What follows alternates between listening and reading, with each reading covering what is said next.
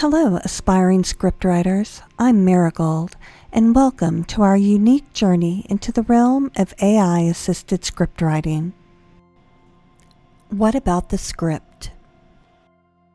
Generating script prose requires information on the following: the setting, the characters present, conflict or goal of the scene. For example, beat 1 might read, setting, Rebel hideout. Characters present, Sarah and Rebel programmers. The conflict or goal of the scene might sound something like this. Sarah lays out the plan to infiltrate the main server. Tension builds as the team realizes the gravity of their mission. On screen, you'll find the script writing prompt that I use for my scripts. It states to write the script format for this script scene beat. It goes on to state script elements. Action, description. It's asking to describe what's physically happening on the scene. Now, if you know what you want to have visible on the screen for that specific scene, then you can fill that information in. If you are unsure, then I would take this prompt along with your treatment and let the AI spit out a starting point that you can then flesh out further. Now, looking at the other items on this prompt, you'll notice that I have percentages listed, like 40% for the action. I have dialogue percentages. I have a percentage for the scene description. So why do I have percentages? Because I like to kind of change those up depending on the scene. So maybe I need more action in one scene because there's a car chase or maybe there's a battle. Then I might want to up that 40 to 50% up to maybe 60 or 70% or higher depending on the scene. But then there are other times when I might need to have more visual description of a location. So in those situations, I might change the percentage from 10 to 15% all the way up to say 25, 35%, depending on what I need. Now, when it comes to character introduction of the development of the character, that's an area that I do play with quite a bit. So in the very beginning of the script, we might learn a little bit about the character, but that specific scene would more than likely be lower, like maybe 5 to 15%. But as the character grows and we begin to unravel different events of the character's life, kind of peeling back each layer of the character's life like you would an onion, that's when you might want to bump up your percentage for your character growth, at least for the description so that you can see it on the screen. Now on transitions, looking at how those are described, we want the AI to describe a scene change or time jumps. Those are really important to understand and know how those are going to be taken care of within a script. Now again, if you know any of these areas that are listed, you can always fill this information in yourself. But if not, then use the template, see what the AI gives you, and then alter the content and make it your own. So moving on, looking at subtext, it's the underlying themes or messages that are communicated non-verbally or indirectly, but also verbally. It's what is the character saying underneath the actions or what is being verbalized, because you don't want to have dialogue that is on the nose. So again, take a look at the percent. Another one you may want to change is foreshadowing. So when you're looking at the description for that, you want to enter hints or clues about what might be happening later, kind of like those little Easter eggs, but be really, really careful that you don't crank that up too high, because then you might end up with some, writer intrusion. So be really careful when you amp that up. Flashbacks or flash forwards. Again, if you know what you want in the scene, write that down. If not, again, the AI will assign something. Take a look at the percentages there. It's only 1 to 5%. I would not put a lot of high numbers in there unless it is a movie that is supposed to have quite a bit of that, because you don't want the audience to be pulled into the past or the future for too long. You want them to stay in the active moment. Now, moving on to symbolism.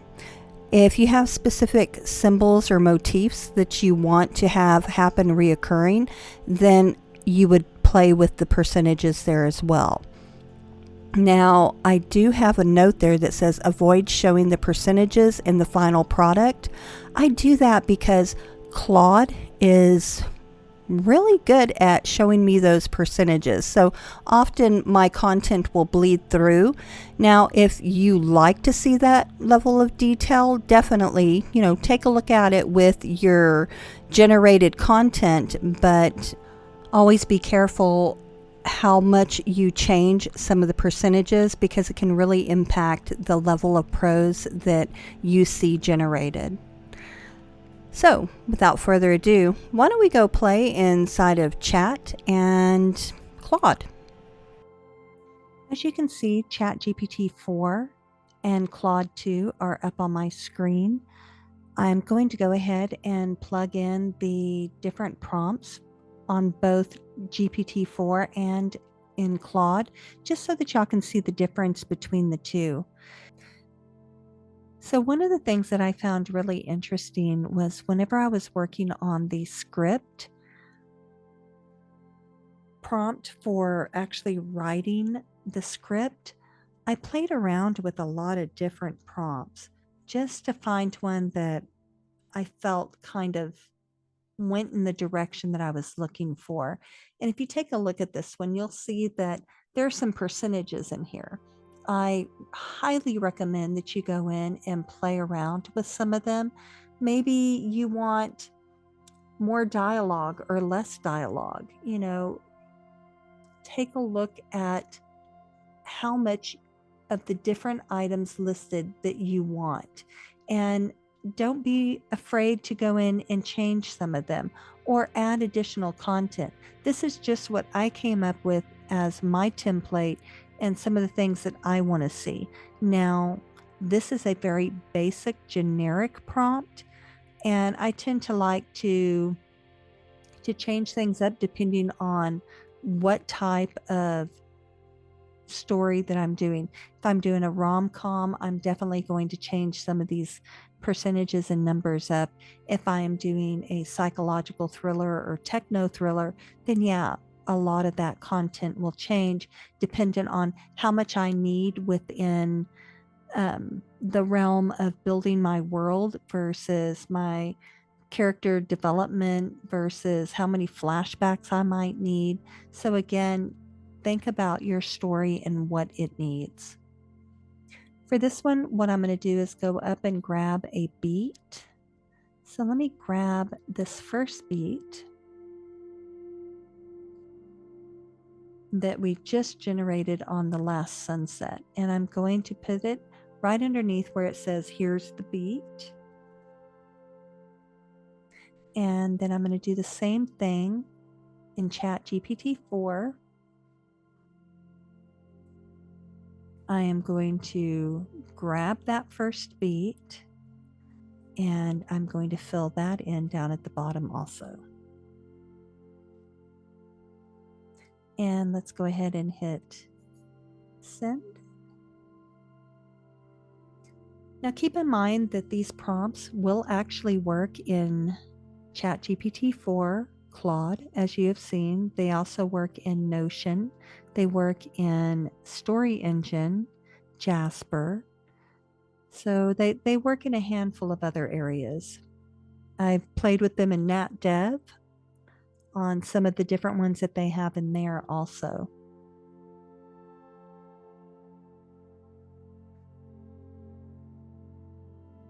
So this is interesting. This one gave me a little bit of a CSS code, which is unusual. Looks like they're trying to maybe do something in the background. So I could hit regenerate.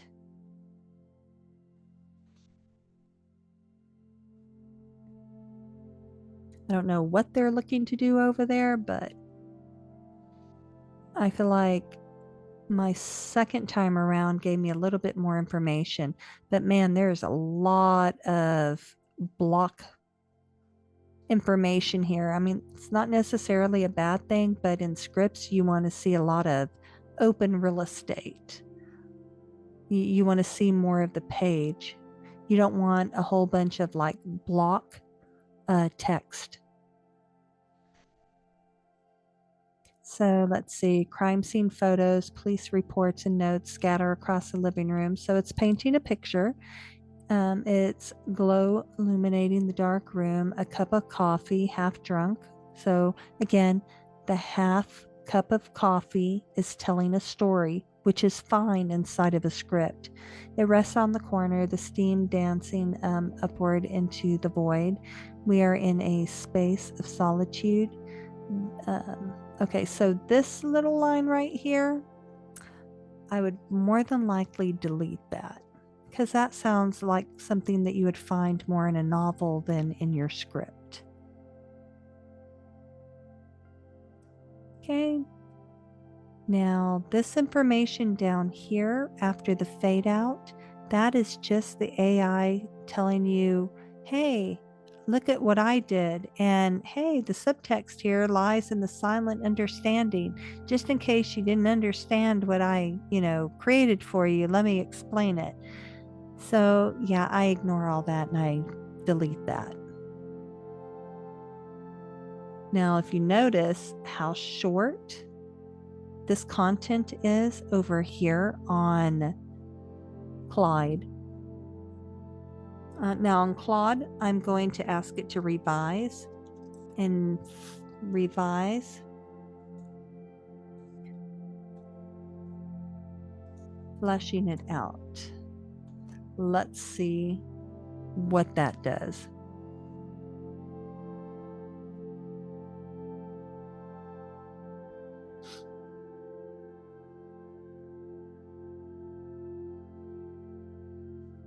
So it's telling me that it's fleshing it out with more details. We have a kettle whistling on the stove. Jack doesn't react. He's lost in thought. So when I said that I wanted more details, I want more details, but I don't want a whole bunch of block text. I would like for it to go straight into more active dialogue. So let's revise it again.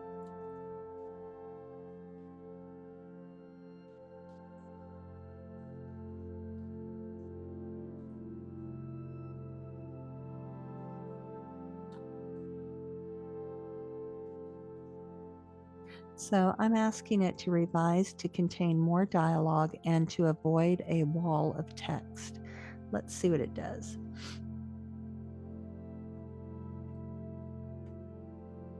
Now let's take a look at the second one. Through the door, Harlow, it's Adam. Jane sighs deeply. So it's introducing Detective Adam. He's 40, burly, mustached, a seasoned detective. He's holding an envelope. So Adam and Jane are talking. So here's that symbolism. So I'm going to say no.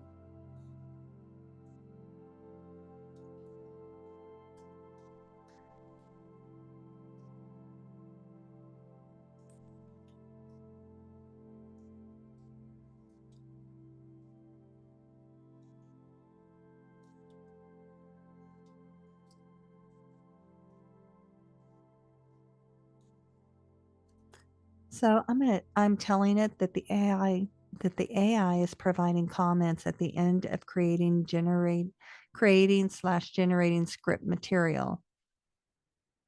The content isn't needed and isn't part of the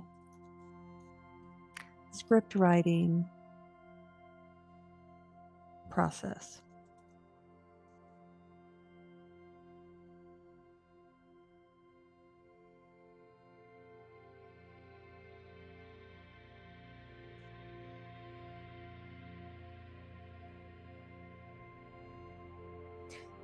So now it's giving me, you'll notice that it has an original answer. It has the new answer.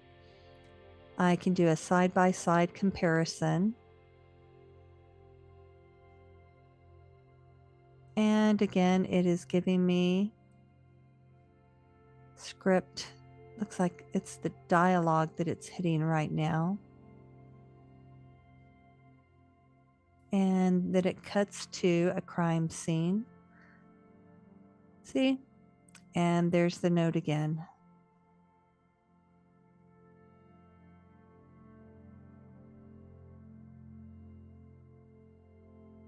So let's regenerate and see what it does.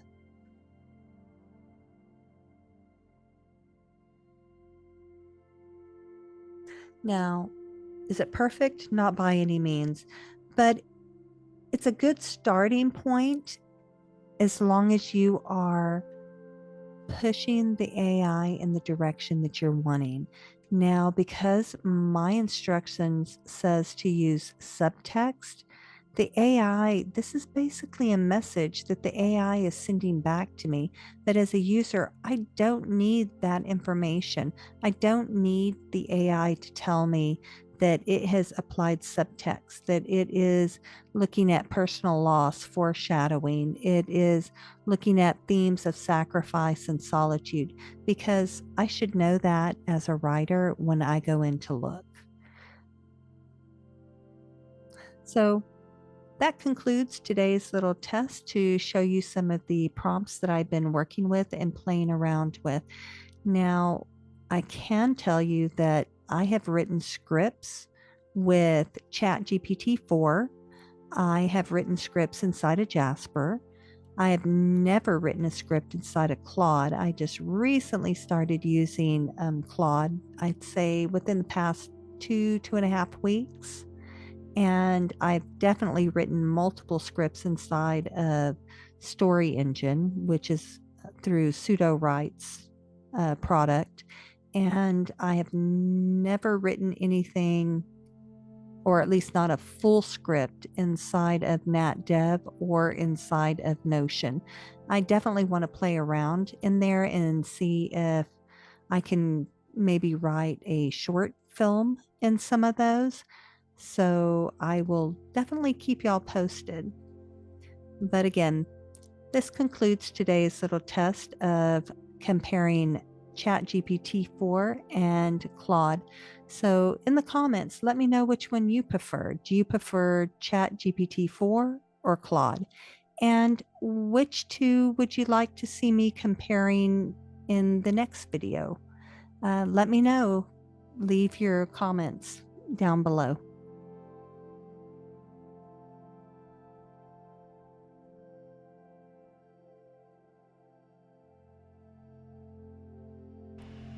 And that's it for this episode of AI Writers Connection, folks.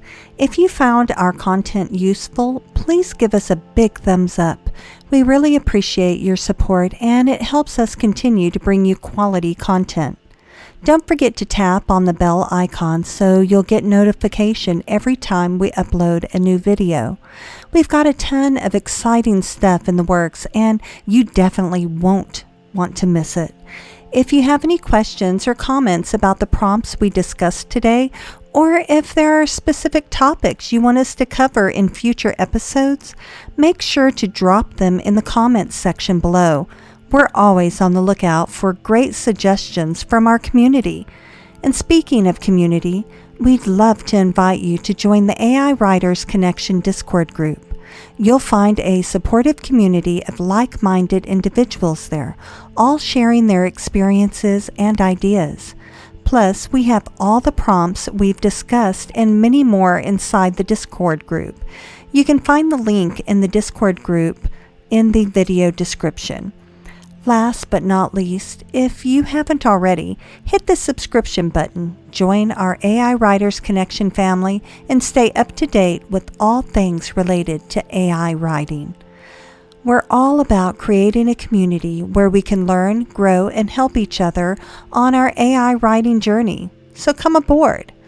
Thank you for spending your time with us today, and until next time, keep writing and stay inspired.